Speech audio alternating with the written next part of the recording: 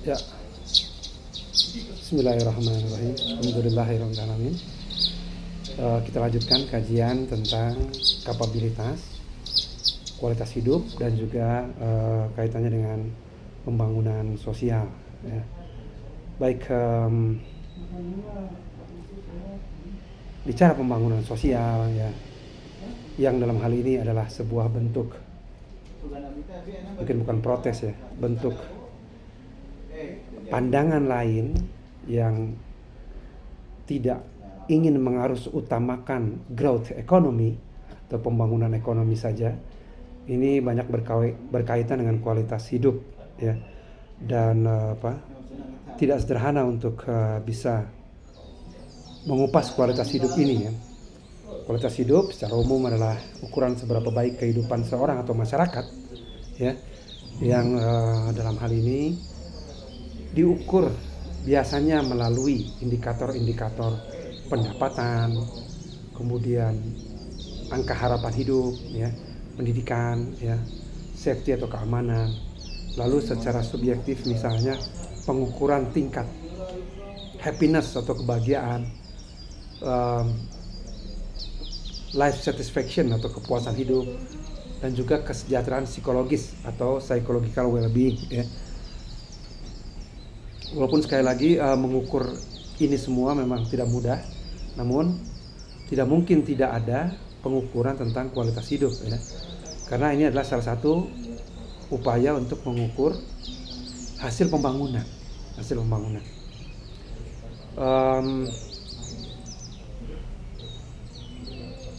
Baik, kita lanjutkan.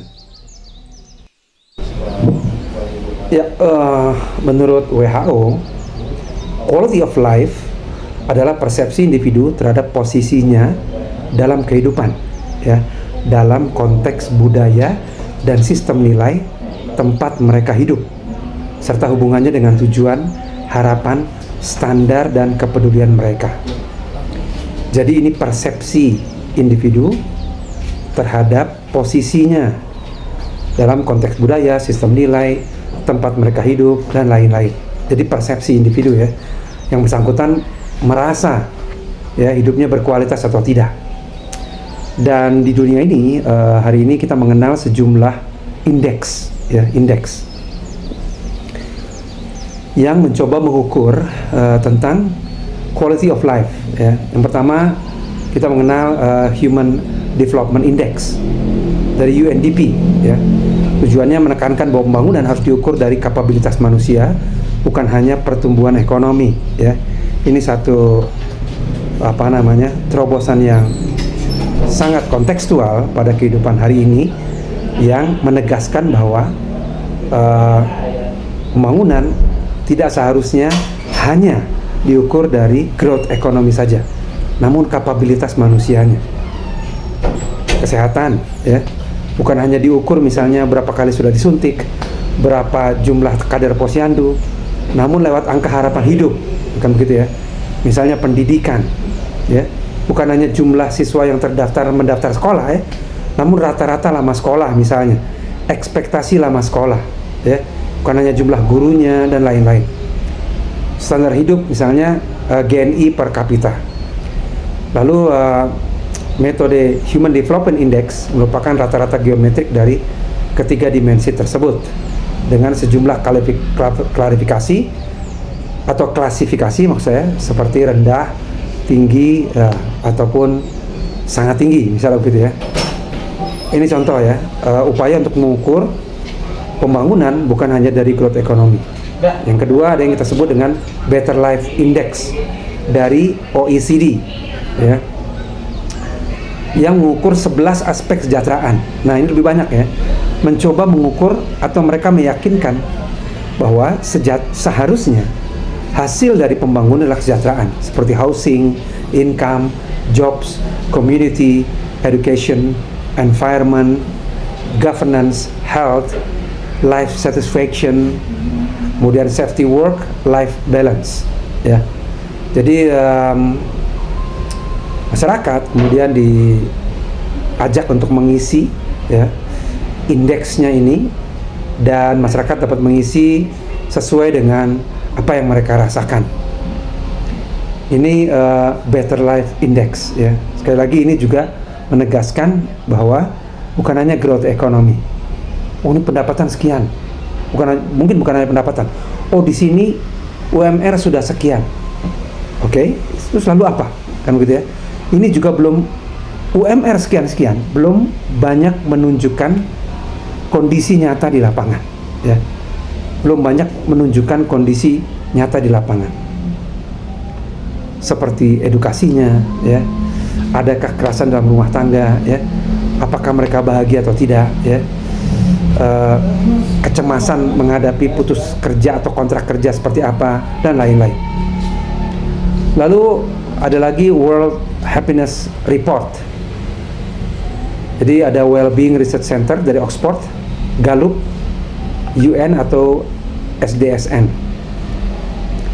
Metodenya berdasarkan survei Gallup ya, World Poll, dengan mereka menskala kehidupan mereka. Antara lain pendapatan, kesehatan, kebebasan, dukungan sosial, kepercayaan, dan kemurahan hati ya.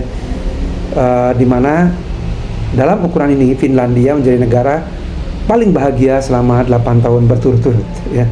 Ini dari survei World Happiness Report ya. Tentu sekali lagi tidak mudah mengukur hal-hal ini ya. Upaya penting apalagi dalam konteks pembangunan sosial untuk memastikan bahwa pembangunan tidak hanya berupa fisik, tidak hanya berupa income, kan begitu kira-kira. Lalu kita lanjutkan. Ada lagi Gross National Happiness,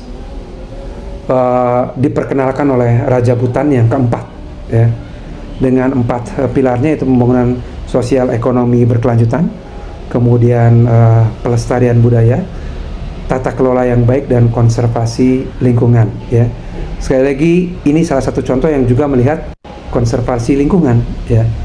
Misalnya apakah ya, ini kontekstual dengan Indonesia ya, apakah upaya mendapatkan penghasilan, income, atau mungkin bahasa lainnya cuan dan lain-lain, ini menghasilkan konservasi atau tidak, mendukung pelestarian lingkungan atau sebaliknya ya. Apakah mampu ya ekosistem alam ini ya, mungkin bukan diperbaiki ya, tapi ada upaya untuk membangun siklusnya kembali atau ditinggalkan begitu saja ya. Seperti yang banyak kita lihat, lubang-lubang bekas tambang ya, hutan-hutan yang gundul bekas pembalakan dan lain-lain. Ini juga perlu dilihat dalam melihat pembangunan secara umum ya. Jadi ketika berbicara kesejahteraan warga negara, maka ini adalah bahasan yang panjang. Ketika yang melihat social welfare ataupun social well-being dari warga negara, ini adalah perjalanan yang panjang. Lalu pada video sebelumnya kita sudah mengupas konsep Amartya Sen tentang capability approach, pendekatan kapabilitas ya. Jadi seyogianya ukuran-ukuran keberhasilan pembangunan perlu melihat pada kapabilitas ya, yaitu seberapa mampu warga negara meraih, achieve apa yang berharga baginya ya. Mampu nggak dia, punya kekuatan dia, meningkat nggak kemampuannya untuk achieve hal yang berharga buat dirinya, untuk achieve pekerjaan yang lebih baik, untuk achieve akses pendidikan yang lebih baik, untuk achieve akses kesehatan yang lebih baik, potensi karir yang lebih tinggi, keberlanjutan ekonomi yang lebih baik. Untuk achieve itu meningkat nggak kemampuannya, kan begitu kira-kira ya. Jadi kita perlu membedakan apa itu functioning dan apa itu capabilities. Ada functioning, ada capabilities. Jadi functioning adalah apa yang benar-benar dicapai seseorang functioning, being educated, being healthy. Ketika dia sehat, maka keberfungsian kesehatannya baik, keberfungsian pendidikannya, keberfungsian otaknya karena pendidikannya baik ya, dan lain-lain. Sementara capabilities adalah kombinasi functioning yang secara realistis dapat dicapai oleh seorang atau kebebasan untuk memilih menjadi apa dan melakukan apa. Ya tadi ya, ada yang being healthy atau being educated, belum tentu hidupnya tanda kutip benar gitu ya. Mungkin tercatat sebagai siswa di sekolah ya, tercatat absensinya, tercatat bagi rapotnya, tercatat disuntik atau dapat imunisasi dan lain-lain ya. Namun meningkat nggak kapabilitasnya? Karena hidup terus berjalan ya, setahun, 2 tahun, 5 tahun, 10 tahun, meningkat tidak kapasitasnya untuk dia mampu meraih hal-hal paling berharga buat dirinya. Contoh di ekosistem perkotaan di kota-kota besar, perumahan padat penduduk, urbanisasi masuk, rumah tidak layak, asal bisa tidur ya, asal bisa di kota besar ya, asal tanda kutip dia merasa punya kesempatan lebih besar untuk mencari uang dibandingkan dari daerahnya, kan begitu ya. Nah ini, maka pembangunan apakah menyentuh ini, atau hanya sekedar setelah lebaran jangan masuk kota besar, setelah lebaran akan ada razia dan lain-lain ya. Apakah hanya itu ya? Apakah pembangunan ini benar-benar mengupayakan ya, mengupayakan sesuatu sehingga yang bersangkutan meningkat kemampuannya untuk meraih ya, untuk meraih kehidupan yang lebih baik, meraih pekerjaan di atas UMR berkali-kali lipat, meraih kemungkinan berusaha yang baik, meraih kemampuan untuk menjadi orang tua yang lebih baik, mampu mensolehkan putra-putrinya, mampu memberikan akses-akses yang baik pada, mampu mengajarkan akhlak, adab, etika, norma yang baik pada anak-anaknya. Meningkat atau tidak ya? Karena sekali lagi, bisa benar bisa tidak ya, tapi musuh negara bukan kemiskinan, tapi perilaku buruk dari sejumlah warga negaranya, korupsi, nepotisme ya, eksploitasi sumber daya alam dan lain-lain, bukan dilakukan oleh orang-orang yang non pendidikan, bukan, justru ini orang-orang yang berpendidikan tinggi ya, tapi tadi adab, akhlak, norma, ini kita bicara. Oke. Ketika semua orang ya motong kayu, semua orang sekedar urbanisasi, semua orang kemudian berlomba dalam sektor informal dan lain-lain, itu belum merupakan indikator quality of life, kan begitu ya. Maka kita perlu menilik konsep kapabilitas ini ya. Sudahkah pembangunan menyentuh sisi terdasar ya, atau batas bawah individu untuk dia mampu meraih hal-hal yang berharga buat dirinya. Oke.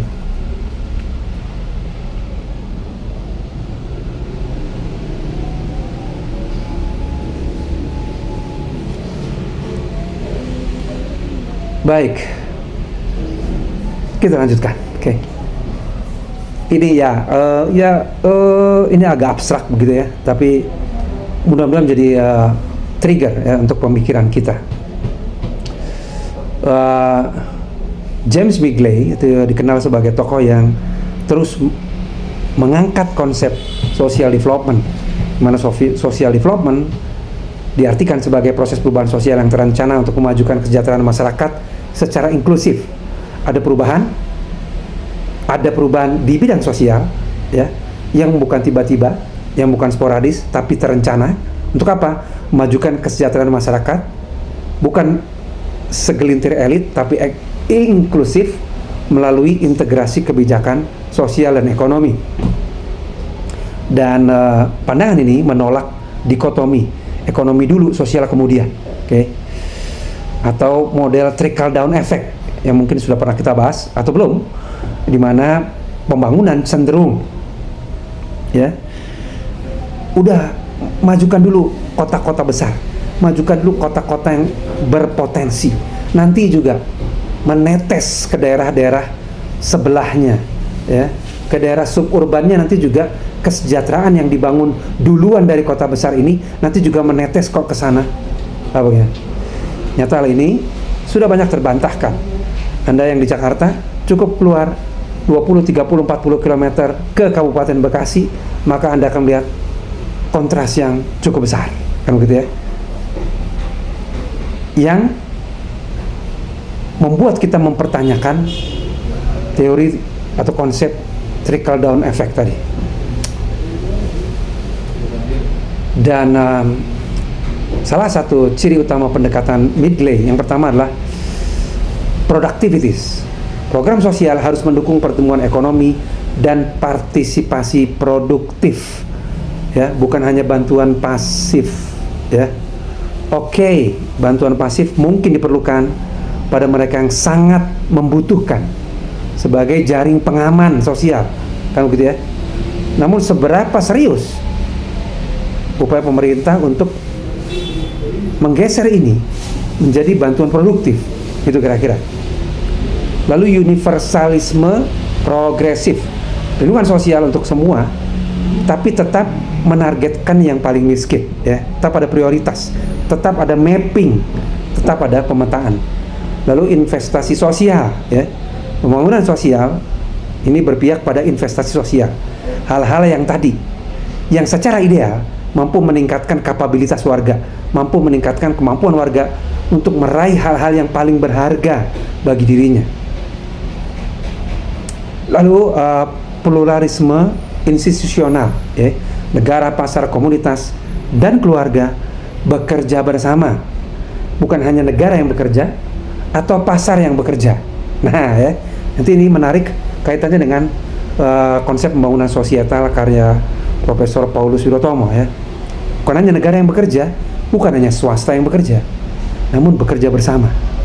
Apakah arah pembangunan sudah didesain agar ragam sektor ini bekerja bersama?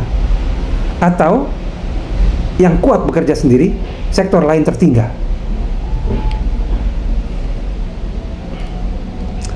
Lalu hal penting lainnya adalah distortion of development, ya.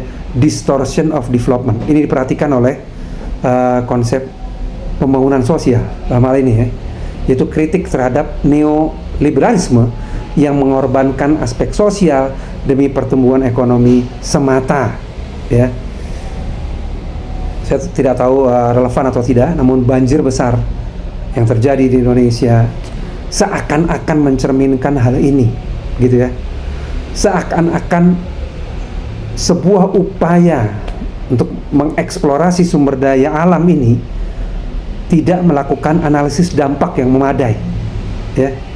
Tidak melakukan perhitungan-perhitungan efeknya, dampaknya seperti apa. Padahal satu nyawa yang hilang karena industri itulah sangat berharga. Ini bukti negara betul-betul menghargai setiap unit, mohon maaf ya, setiap individu warga negara. Sangat berharga. Tidak boleh ada yang dikorbankan satu nyawa atas nama apapun. Oke, baik, demikian dulu, ya. Jadi cukup panjang dan abstrak, tapi mudah-mudahan ini jadi pemantik Anda untuk diskusi, ya, bahwa tidak mudah untuk punya rumusan yang baik tentang quality of life, juga tidak mudah untuk kemudian memastikan bahwa pembangunan ini bukan hanya berfokus pada growth economy, namun memperhatikan prinsip-prinsip social development. Sekali lagi, bukan tidak mungkin ini bisa diterapkan, ya. Bukan tidak mungkin, karena ketika ini berjalan, yogianya semua akan mendapatkan manfaat, bukan memperlebar jurang antara si kaya dan si miskin. Oke, demikian.